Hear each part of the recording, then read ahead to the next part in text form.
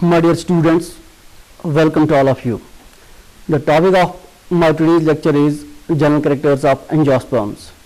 First, I would like to give you the introduction of the topic. The angiosperms are the flowering plants. The group is also known as Angiospermi or Magnoliophyta. It is the most diverse group of land plants. Angiosperms are the seed producing plants like the gymnosperms and can be distinguished from the gymnosperms by a series of synapomorphies. These synapomorphies are actually the derived characters.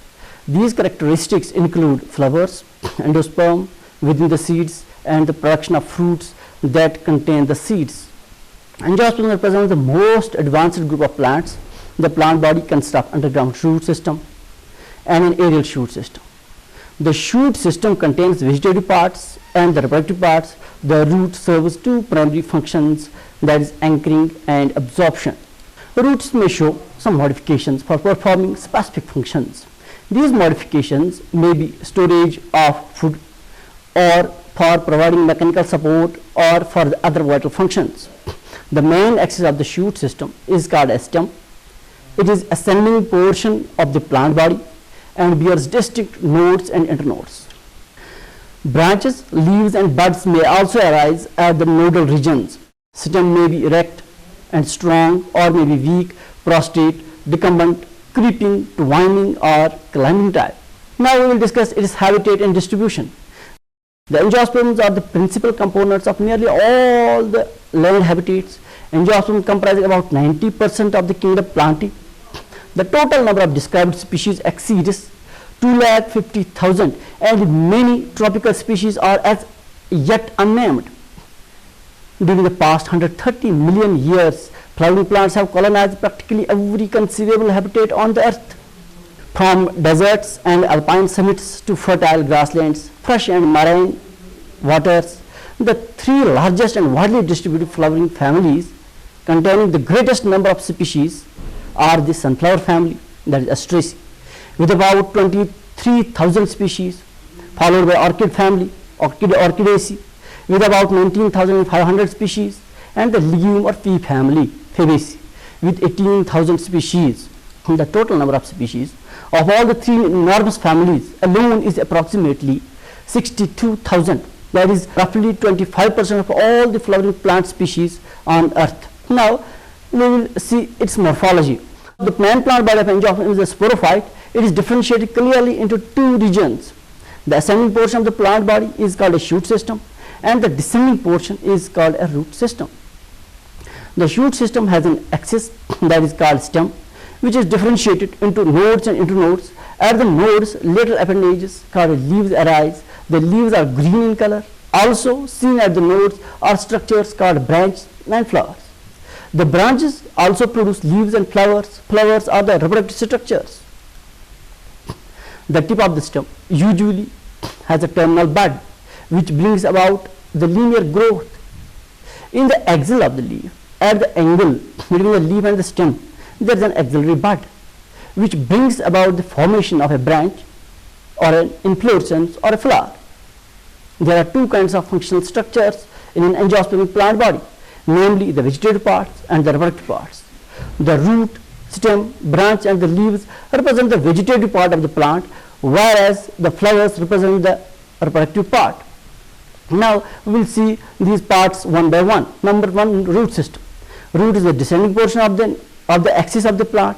It is not normally green in color. It is characterized by the absence of nodes and internodes. And there are two types of root systems: the taproot system, as seen in dicots, and fibrous root system, as seen in monocots. In taproot system, the radicle elongates into the primary root, which grows downwards into the soil and bear smaller roots as its branch. In adventitious root system, the roots develop from any part of the plant body other than the radicle are called adventitious roots. They may arise from the leaves as in bryophyllum, from the branches as in banyan, or from the basal nodes as in case of monocots. Now, as per the structure of the root is concerned, it consists of the following regions from the apex upwards. The root cap is a protective part, consists of dead cells, lies at the apex just behind the root cap, there is a meristematic zone in which the cells are in a state of active division. Now, shoot system. Shoot is the ascending portion of the axis and develops from the plumule of the embryo. It consists of main axis or stem, branches and leaves. The stem is provided with nodes and internodes which may not be distinct in all the cases. Leaves and branches develop from the nodes. The portion between the two successive nodes is called an internode. Angiosperm possesses diverse forms or modifications. Some common modifications are as under. Trailers. These are the plants with a weak stem trailing on the ground without rooting at the nodes. They may be classified into prostate, procumbent or decumbent trailers. Next is creeper. Here the stem is weak and creeps on the surface of the soil. The creeping stem produces roots at the nodal region, for example oxalis. In case of climbers, the plants climb on the neighboring objects with some special devices, for example pea. Now branching system. The pattern of development of branches on the stem is known as branching. There are two types of branchings, namely lateral and dichotomous branching. In lateral branching, the branch arises from the side of the stem. It is divided into two types, racemose or monopodial or indefinite type of branching and cymose or definite type of branching. In racemose type of branching, the stem grows indefinitely by the continuous growth of the terminal part. The lateral branches of the main stem are arranged in an acropetal succession. That is, the younger branches are produced toward the apex and the older ones toward the base. As a result of this branching, the plant appears conical or pyramidal shape, for example casuarina, polyalthia, etc. In cymose type of branching, the growth of the main axis is definite. The lateral branches grow more vigorously than the main axis. As a result of this branching, the plant spreads out above and becomes more or less dome shaped. Now dichotomous branching. Here two branches are produced in a forked manner at each node in comparison to a single branch as in case of lateral type of branching. Now we will see the morphology of leaf. The leaves are green, flattened structure borne on the nodes and is lateral appendage of the stem. A typical leaf is also known as a foliage leaf in order to distinguish it from other types of leaves. A typical dicot leaf, for example in hibiscus, consists of the following parts, namely leaf base, petiole and lamina. Now we will discuss these parts of the leaves one by one. The leaf base is the portion by which the leaf is attached to the stem. In monocots, the leaf base is of sheathing type. In case of dicots, the leaf base could bear two lateral outgrowths called stipules. Now petiole, it is the stalk of the leaf. A leaf with a petiole is described as petiolate leaf, for example hibiscus. A leaf without a petiole is called sessile, for example calotropis. Leaf blade or lamina, it forms the green expanded portion of the leaf. In the dicot leaf, the lamina has a central midrib running from the base to the apex. The lamina on either side produces veins, which in turn produces veinlets to form a network of veins. Hence, the venation is described as reticulate type. The edge of the lamina is called the leaf margin, which may be entire or smooth or variously cut and lobed. In case of monocots, the leaves are upright and almost linear with parallel venation. Both the sides are equally exposed to sunlight. That means the leaves are isobilateral. For example, ziamase. Dear students, now we will see the anatomy of these flowering plants, that is angiosperms. Anatomy or phyllotomy is a general term for the study of internal structures of the plant. While originally it includes plant morphology, since the mid-20th century, the investigations of the plant anatomy are considered a separate, distinct field, and the plant anatomy refers to just the internal plant structures. Plant anatomy is now frequently investigated at the cellular level and often involves the sectioning of tissue and microscopy. The anatomy of various plant parts are discussed as angiospermic stem. In angiospermic stem, the branches of vascular tissue separating the xylem and phloem are arranged in organized layers. In monocots, the vesicular bundles are scattered throughout the stem across sections, whereas the vesicular bundles in dicots are arranged in a ring. The phloem cells are thin-walled and are found outside the vesicular bundles, while the xylem cells are found on the inner side. Additional stem tissues are the pith, cortex, and the covering layer, that is epidermis. Now we will see the anatomy of the angiospermic root. Like the stem, the root has an epidermis, cortex, phloem, and the xylem cells. The epidermis contains the root hairs here. The root hairs are specialized cells of the root epidermis with thin-walled projections. They provide the increased surface area for absorption of water and minerals from the soil through diffusion and active transport.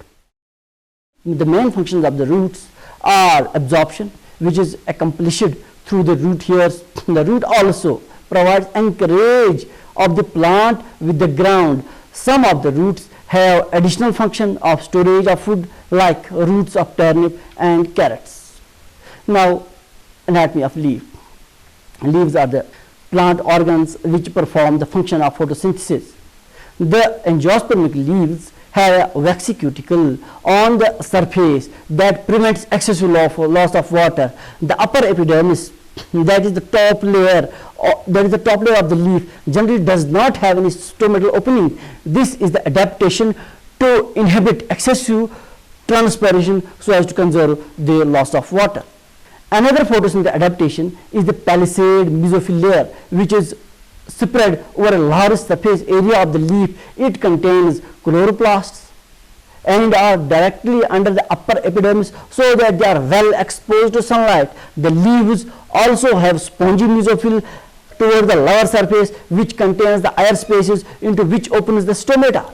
Now we will see the reproduction of angiosperms. First we will discuss the definition of reproduction. It is the creation of life by similar life is called reproduction. Reproduction is the extension of life of a species at a given time. By this process, the individuals transmit life to the next generation and thereby ensure the continued existence of living organisms on the earth. If there would have been no reproduction, life on the earth would sooner come to an end.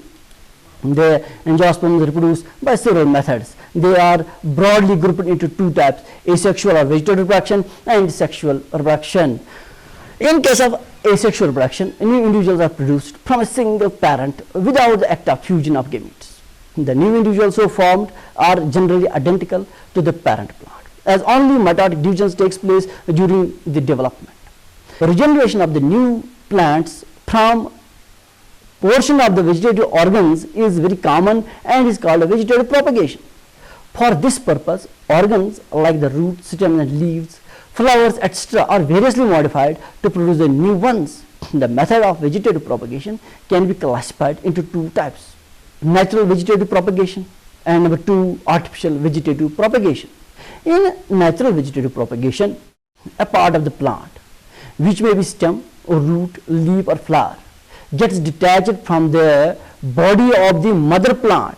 The detached part, under suitable environmental conditions, develop into the new independent plant. The common structures that take part in the natural vegetative propagation are roots, stem, leaves and buds. Now, artificial vegetative propagation. Certain flowering plants have the capacity to develop a part of their somatic body into the new independent plant. In artificial vegetative propagation, such plants are identified as special techniques as are applied to obtain new independent plants. Horticulturists have used the various methods of vegetative propagation adopted by plants in nature. These practices constitute the artificial means of vegetative propagation. Some common and important methods of artificial vegetative propagation are as under. Number one, cutting. It is the process in which a vegetative portion from a plant is taken and is rooted in the soil to form a new plant. The portion used is called a cutting. Next is layering. In this technique, roots are induced on a stem before it is detached from the plant body. In layering, the lower branch close to the ground is bent down and covered with the soil. After some days, roots develop from these branches, and these branches then can be cut and grown independently in the new plants. Next method is grafting.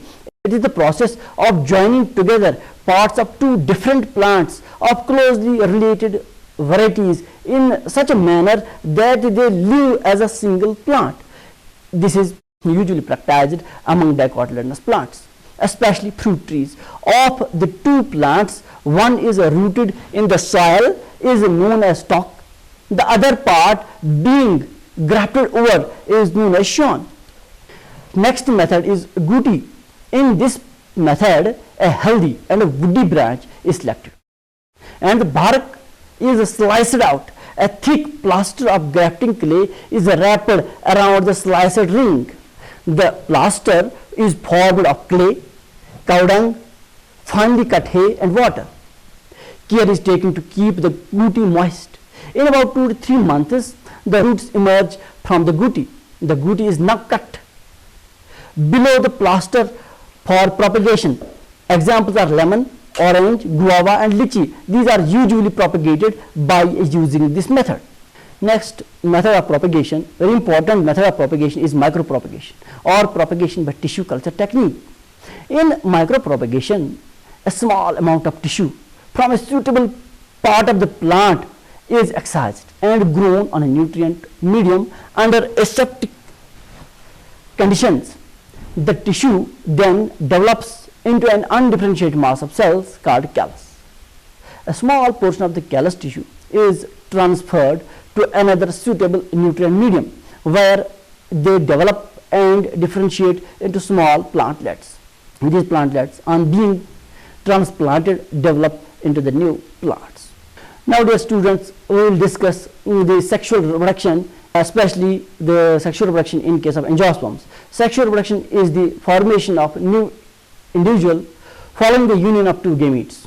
In plants, the gametes are eggs and sperms, and the structures that produce these gametes are located within the flower. Flowers are the reproductive structures, consist of sterile and fertile parts. Sterile parts of the flower are the sepals and petals. When these are similar in size and shape, they are termed as tepals. Fertile and reproductive parts of the flower are the stamens and carpels. Stamens constitute the male reproductive part, collectively termed as androecium. Each stamen possesses a long filament and an anther which contains the pollen grains. The female reproductive organs are called carpels, collectively termed as gynoecium. Each carpel consists of upper stigma, middle stalk, and a lower swollen ovary. Now, we will see the pollination. Pollination is actually the transfer of pollen from anther to stigma. Many plants favor cross-pollination. So, pollen of one plant must be transferred to the stigma of another plant if sexual reproduction is to take place. Some flowers rely on the wind to carry pollen grains, while others rely on insects. In self-pollination, pollen is transferred from anther to stigma of the same flower or another flower but of the same plant. Now, fertilization. If the pollen grains lands on a compatible stigma, a pollen tube will grow so that eventually the egg cell hidden away from the embryo sac can be fertilized. A tube emerges from the grain. Its growth being controlled by the tube nucleus at the tip of the tube. It may grow downwards in a response to the chemicals made by the ovary. This response is known as chemotropism. During the growth and extension of the tube, the generating nucleus behind the tube nucleus divides the mitosis to produce two male gametes. The pollen tube enters the ovule through micropyle and penetrates the embryo sac. The tip of the pollen tube bursts open. One male gamete fuses with the egg cell to produce a diploid zygote, and the other one with secondary diploid polar nucleus to form the triploid primary endosperm nucleus. This way, double fertilization occurs in angiosperms. Immediately after fertilization, the ovule is known as seed. Now we will see germination. When the conditions are favorable, the seeds will take up water through the micropyle by imbibition. This triggers the beginning of the growth of the seed. The cell swells and the testa splits. With the addition of water, large molecules of carbohydrates, proteins and fats can be hydrolyzed, broken down to produce substances for respiration. The growing embryo releases a hormone called gibberellinic acid, and some enzymes are produced and released in response to this hormone. The soluble products of digestion are delivered to the cotyledons, roots and shoots. They respire aerobically and grow in size. By the time the food store has been used up, the shoots are now grown enough to push the first leaves into the sunlight, which then starts food manufacturing by photosynthesis. Dear students, this way we have completed our today's topic, which was the characters of angiosperms, and I think all of the parameters have well been discussed, and I think all of you would have liked it and understood and well understood it. Thank you.